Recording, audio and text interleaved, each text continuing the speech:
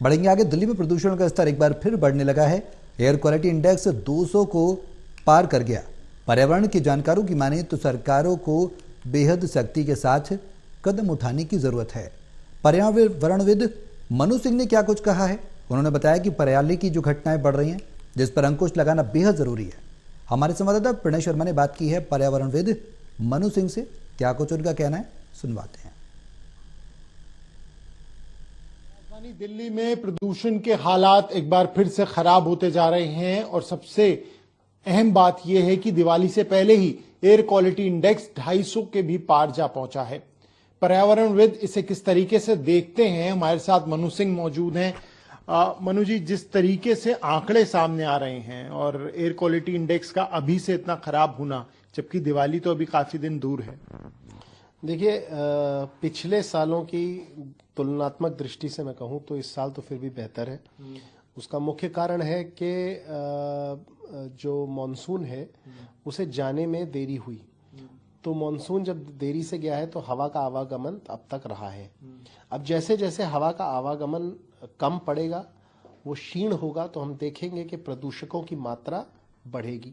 इसमें इस साल जो सबसे चौंकाने वाली बात है वो है कि बहुत ज्यादा पराली जलाई जा रही है पिछले 3 वर्षों की तुलना में।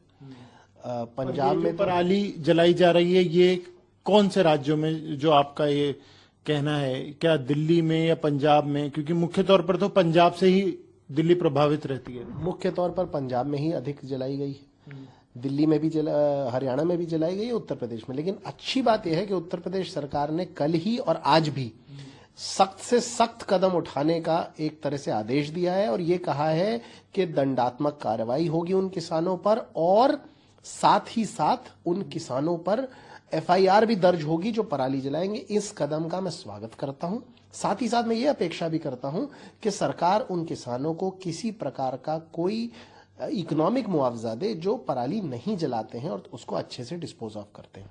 केंद्र सरकार की तरफ से भी जो कदम उठाए गए हैं और ग्रैप जो लागू किया है, क्या उसका कुछ असर देखने को मिलेगा आने वाले दिनों में?